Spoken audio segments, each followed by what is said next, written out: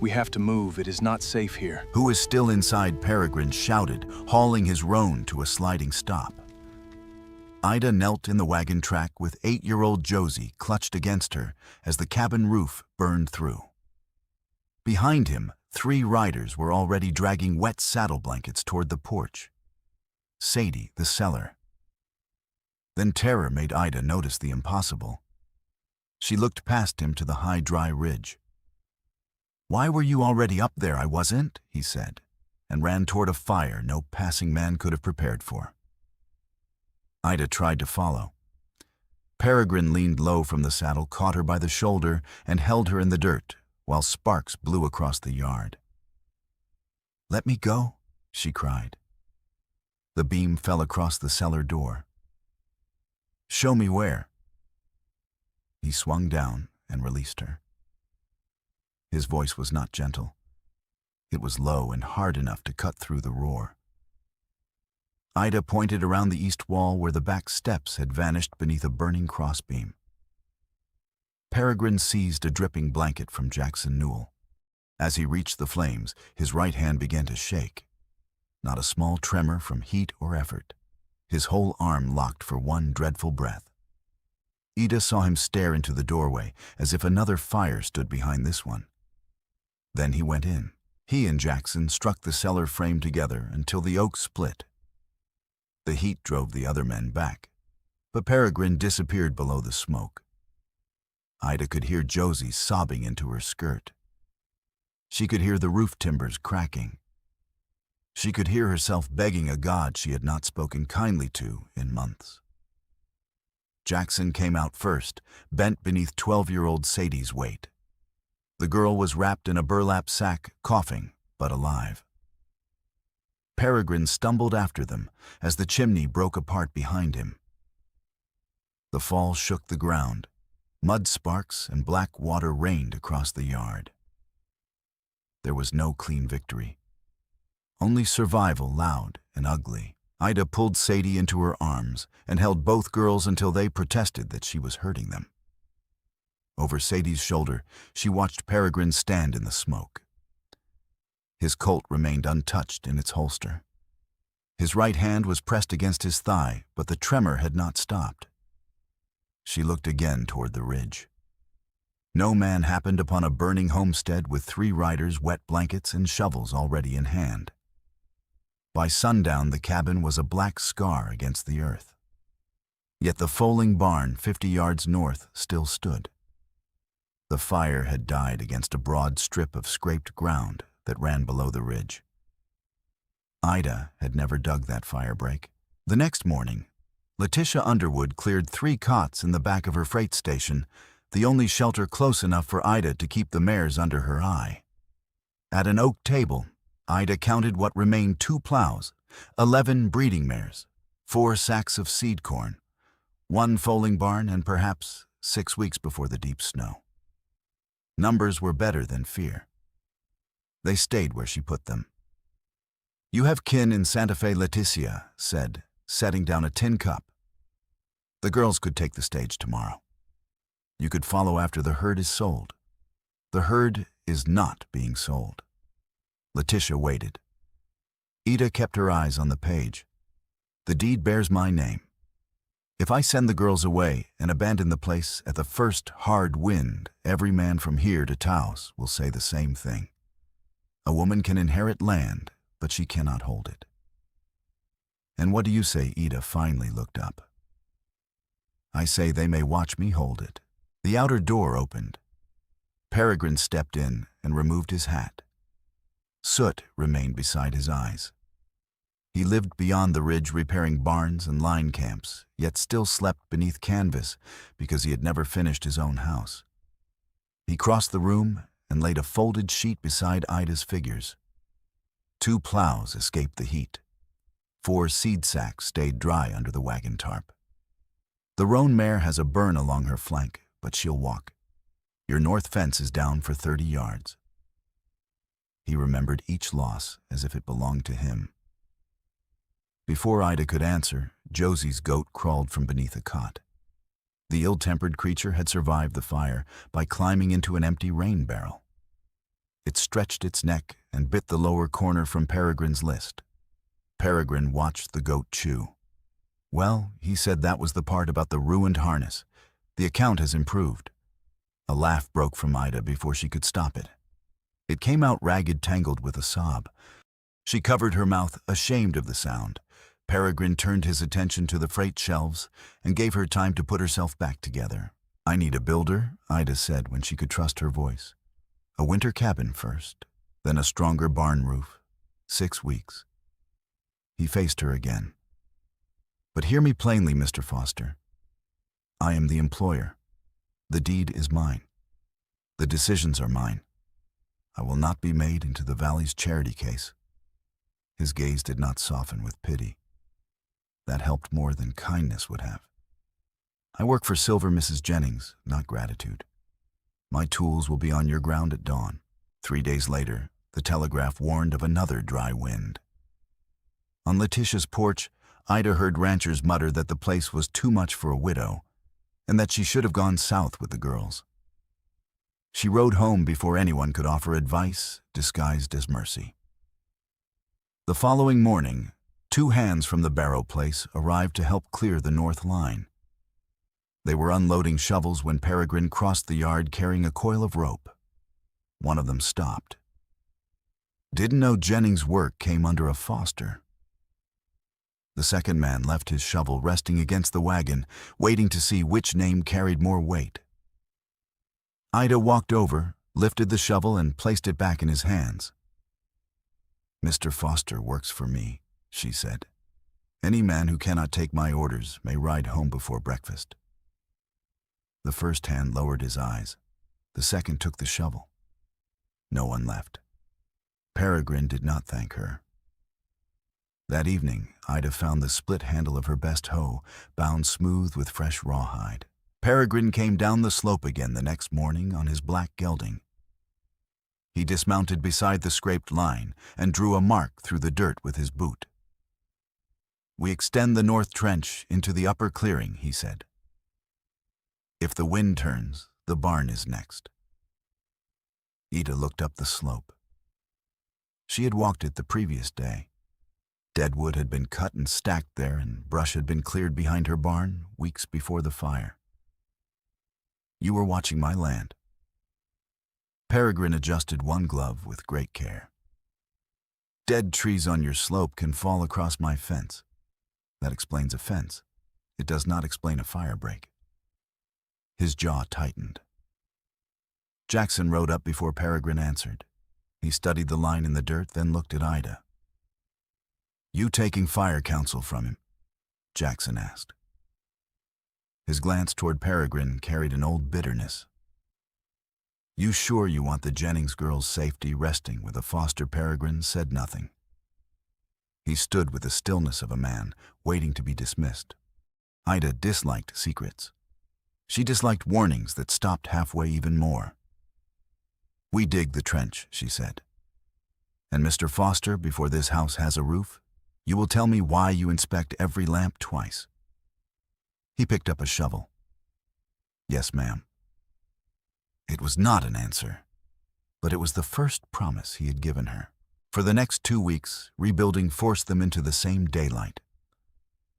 Peregrine arrived before sunrise. Ida made certain she was there first. They pulled nails from charred boards and argued over nearly everything they moved. Under a heavy tarp, they built a temporary kitchen. Peregrine wanted the water barrels along the outer line where a fire crew could reach them. Ida dragged 2 back toward the stove so she could cook while watching the girls. "The fire will not ask whether supper is ready," he said.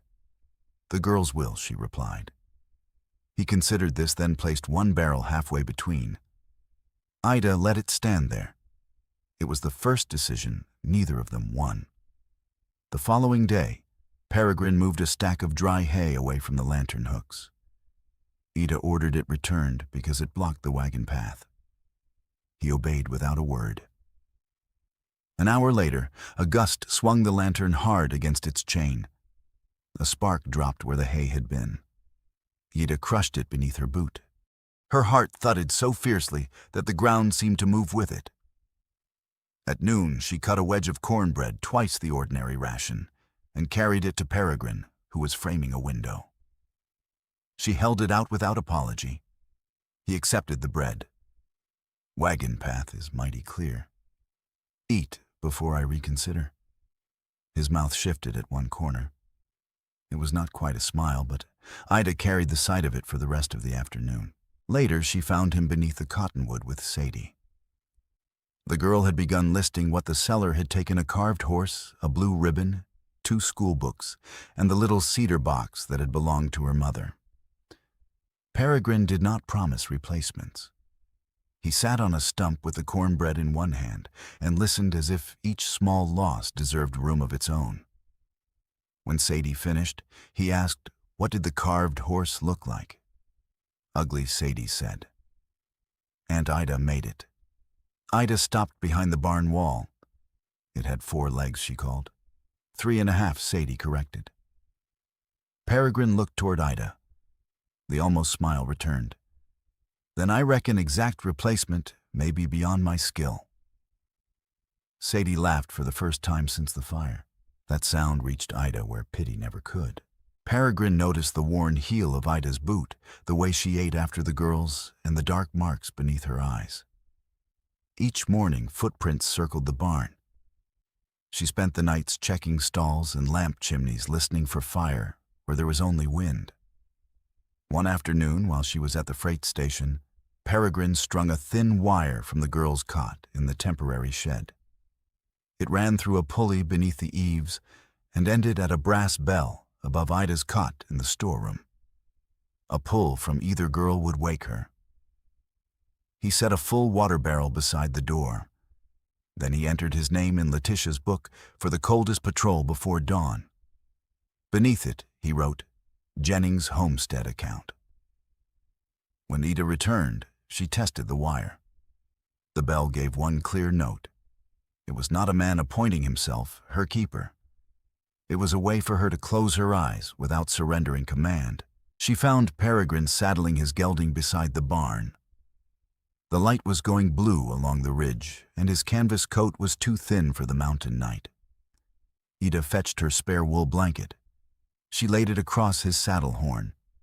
His hand stopped above the cinch. Mountain cold does not improve a man's judgment, she said. You will need that. Peregrine touched the edge of the blanket. He looked from it to her with an expression so unguarded that Ida nearly took it back, merely to spare them both. Much obliged, Mrs. Jennings. Return it when the roof is finished. His fingers closed over the wool. I will return it when you ask. That answer followed her into the storeroom. During the night, Josie woke crying and pulled the wire. Ida reached her before the second ring and held her until the child's breath eased. Afterward, Ida lay down beneath the quiet bell. For the first time since the fire, she slept until dawn. The fragile peace broke 2 days later. Letitia had organized a crew to burn a narrow strip of dead grass along the eastern boundary before the next wind. Peregrine Jackson and 3 ranch hands worked the edge with shovels and wet sacks. Ida drove the wagon carrying water barrels. The morning had been still. Then the mountain wind dropped without warning. Flame jumped the trench and ran through the grass toward Ida's wagon. The wooden spokes caught a red reflection. The mares shrieked and pulled sideways. Ida snapped the reins and drove straight across the advancing tongue of fire. The iron-banded wheels crushed part of it. She leapt down with a wet canvas sack and beat at what remained. Peregrine. He stood 10 yards away, rigid beside his fallen shovel. His face had emptied. The same violent tremor shook his right hand. Peregrine Foster. Her voice cracked across the field. His gaze found her. Take the east edge, she ordered. Now. He moved. Together they smothered the creeping flames while Jackson threw dirt across the line. Within minutes, only black grass and smoking sage remained. Jackson leaned on his shovel, breathing hard. Lord Foster, you went dead on your feet. just like before. Peregrine picked up his shovel and walked behind the barn. Both hands were buried in his coat pockets. Jackson watched him go. The anger left his face so quickly that Ida saw what lay beneath it, not triumph, but shame. He opened his mouth as if to call Peregrine back, then bent and lifted the abandoned shovel instead. Ida gave the reins to Sadie and followed Peregrine. She found him sitting on a fallen log, elbows on his knees. He did not look up when she stopped before him. 9 years ago, he said, my family held a winter house contract near Taos. I had the night watch. I had worked another man's hours before mine, and I slept. A leather coat had been hung too near the iron stove. The wall caught. Nobody died, but the family lost the house and everything in it. The town ran the Fosters out. My father died believing I'd ruined our name. Now hot pitch or a splitting beam takes me back before I can stop it. Ida sat beside him. She left space between their shoulders. When my roof fell, she said, you were afraid. Yes. You went in anyway. He turned his scarred hands palm up. A man can go forward once and still fail the next time. Then he goes forward again. Peregrine looked at her. I do not need a man who never freezes, Ida said. I need one who comes back when I call his name. His right hand opened on the log between them. Ida placed hers inside it. The tremor did not vanish. It eased against her palm. I keep this land, she said, watching their joined hands, because I am afraid Sadie and Josie will learn that every roof can be taken from them, that any promise of help ends with someone riding away. Peregrine's thumb moved once across her knuckles. I have spent 9 years riding away before anyone could send me. The truth settled between them, quiet and dangerous. Letitia's buggy rattled into the yard before either could say more. She climbed down with a ledger beneath one arm. Saturday, she announced, 30 hands if the weather holds. Enough lumber for the frame and roof. She studied Ida. Are we raising a house for you to remain in, or making one last shelter while you load for Santa Fe? Ida looked toward the black foundation, the standing barn, and the girls watering the mares. We are raising my house, she said. Peregrine's hand tightened once before he let her go. That evening, the freight station filled with ranchers sorting crews and wagons. The stove glowed red. Wet gloves steamed from pegs near the door. Jackson stood near the wall through most of the counting. Twice Ida saw him look toward Peregrine. Twice he lowered his eyes before Peregrine could meet them. When Letitia reached the fire watch assignments, Jackson rubbed his thumb along the worn brim of his hat and rose. We cannot put Foster over the new build, he said. I was in Taos. I saw what happened. The Jennings girls should not sleep beneath a roof he is charged to guard. The room fell silent. Ida felt every face turn toward her. Anger climbed hot and immediate into her throat, but Peregrine stood before she could speak. Jackson was there, he said. I took responsibility for that fire. He turned to Ida. The exhaustion in his face hurt more than shame would have. He was offering himself up before the town could make her do it. If you want me off the work, Mrs. Jennings, I will pack my tools tonight. There it was again. He had decided that leaving was a kindness. He had not trusted her enough to ask. The work is paused until morning, Ida said. Her voice was cold enough to quiet the stove room. No man in this station will make my decision for me. Peregrine nodded, once took his hat, and stepped into the dark. Ida stayed to finish the lumber count. She would not run after him before men who already doubted her judgment, though every line in Letitia's ledger blurred. In the storeroom, the brass bell hung above her cot. No wind moved the wire. No hoof passed along the ridge. The silence was worse than the sound of flame. Ida lay awake until the truth became too plain to bargain with Peregrine's presence no longer felt like a debt. His absence did. At first light, Sadie entered with a folded paper. Mr. Foster left this beside the water barrel. It was a map of the Jennings place and the ridge beyond it, dead trees, narrow gullies, wine turns, hidden water catches, and a scraped path to the barn. Weeks of work lay in those black strokes. Ida saddled her mare before breakfast. She found Peregrine above the tree line beside a half-built lean-to. His canvas had been rolled tight. Tools were strapped to his pack horse. He was cinching the black gelding when she rode into the clearing. He looked up. Surprise crossed his face, followed quickly by caution. Ida dismounted. Below them lay the ruined foundation, the untouched barn, and the pale firebreak. "You did not merely mark those trees," she said. "You cut them." Peregrine removed his hat. "The wind here turns, as it did near Taos. I saw the dead wood above your barn. I could not leave it. You could not tell me. I did not know how." His voice roughened. A man watching a widow's land from a hill does not look like a builder offering advice. He looks like a fool, a thief, or worse. "So you chose to become a ghost. I chose not to make you owe me." Ida crossed the distance between them and pressed the map against his chest. "You keep speaking of what you will not make me do. You will not make me defend you. You will not make me owe you. You will not make me choose between the land and your name." Her anger shook now, but she did not lower her voice. "Yet you keep stealing the choice before I can make it." Peregrine caught the map before it fell. "I thought leaving would protect you. It protects you from hearing my answer." That struck him still. Ida pointed toward the homestead below. "I am not a task to be guarded from the shadows. If you want to protect that land, stand beside me while I protect it too. If you want to stay, ask. If you want to go, say it plainly.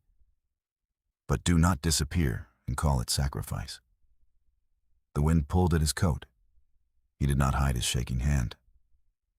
"I want to stay," he said. "Not merely until the roof is sound." Ida's breath caught. "I want your lamp in my sight at night.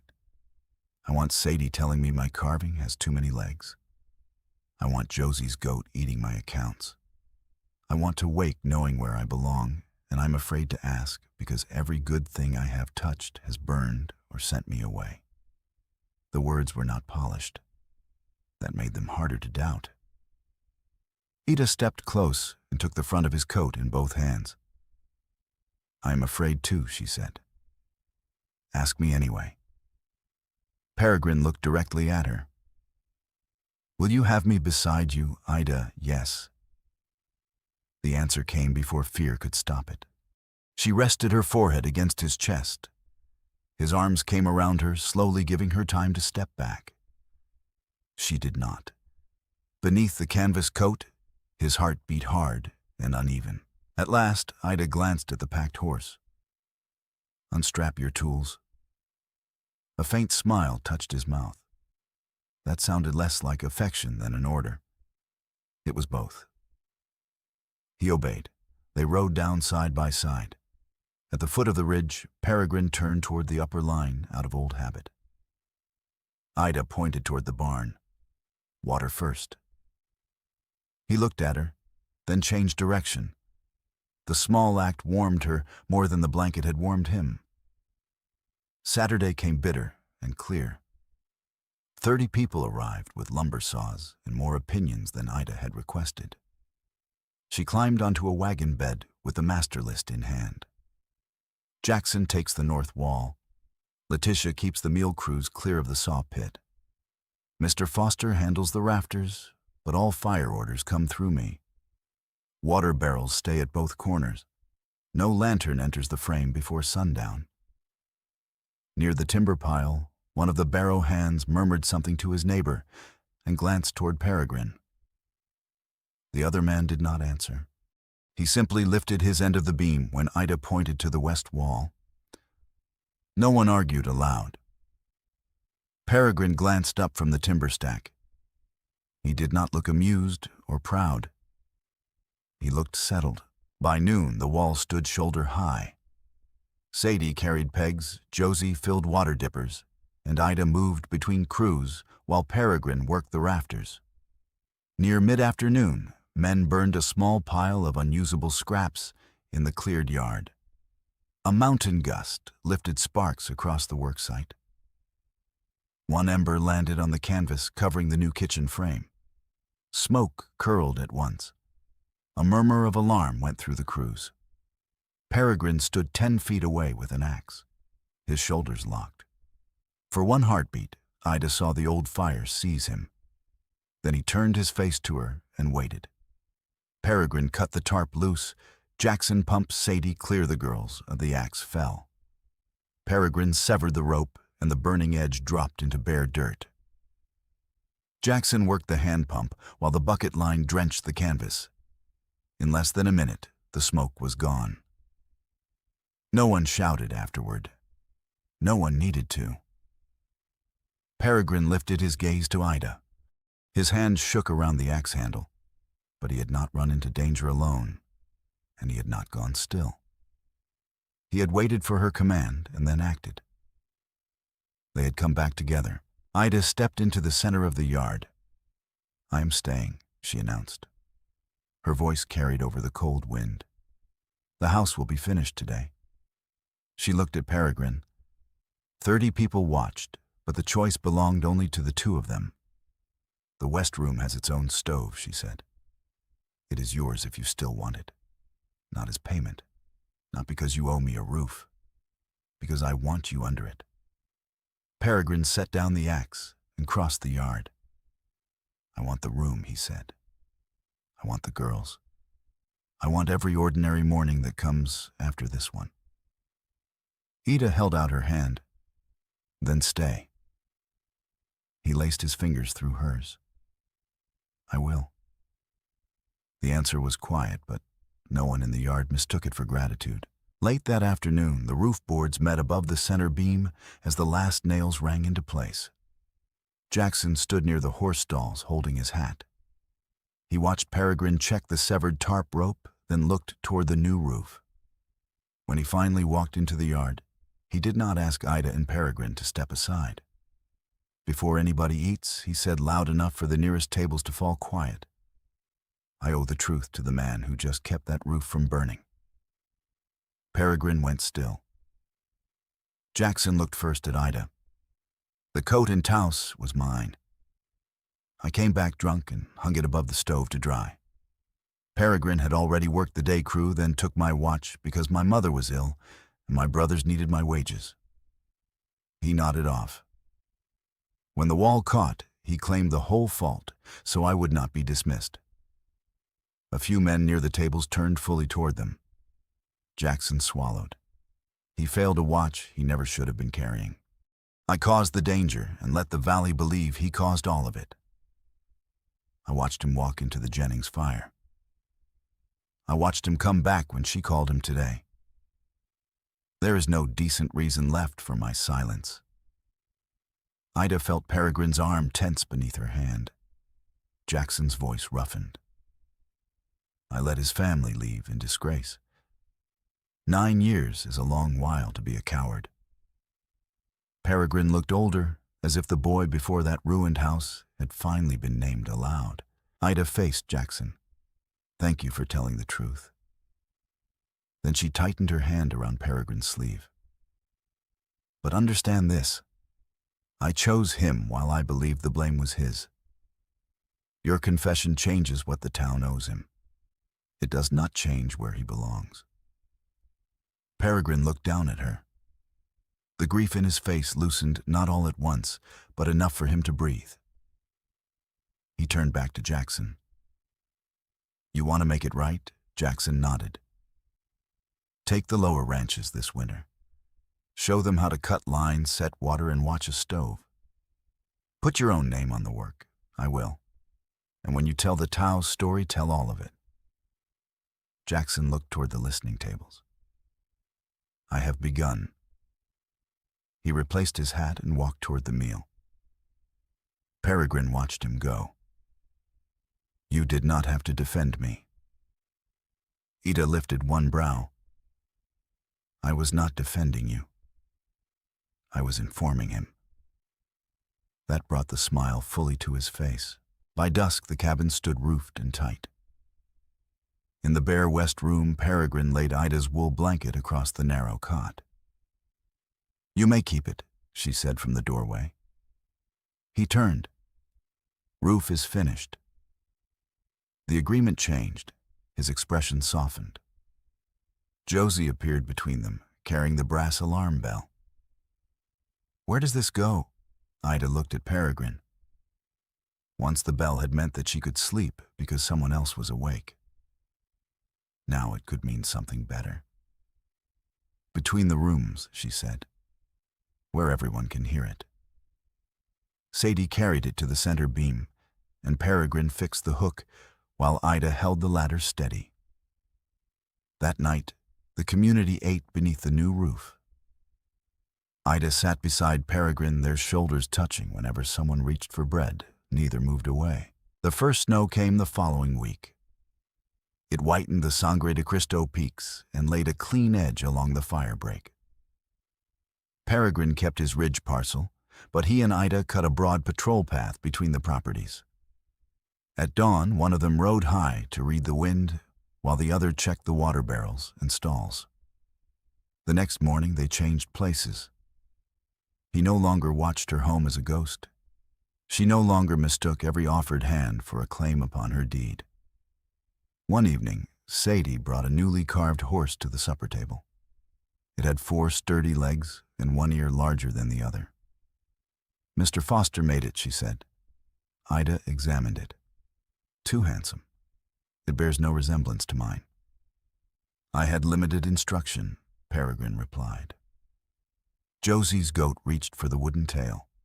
4 hands moved at once to save it, and the cabin filled with laughter. Just before dusk the next day, Ida and Peregrine sat their horses on the high ridge.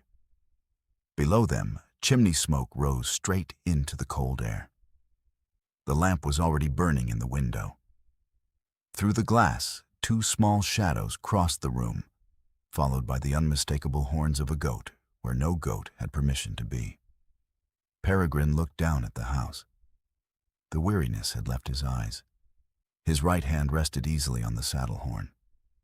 Ida nudged her mare closer until her knee touched his. Do you still mean to return my blanket? She asked. No, ma'am. Good.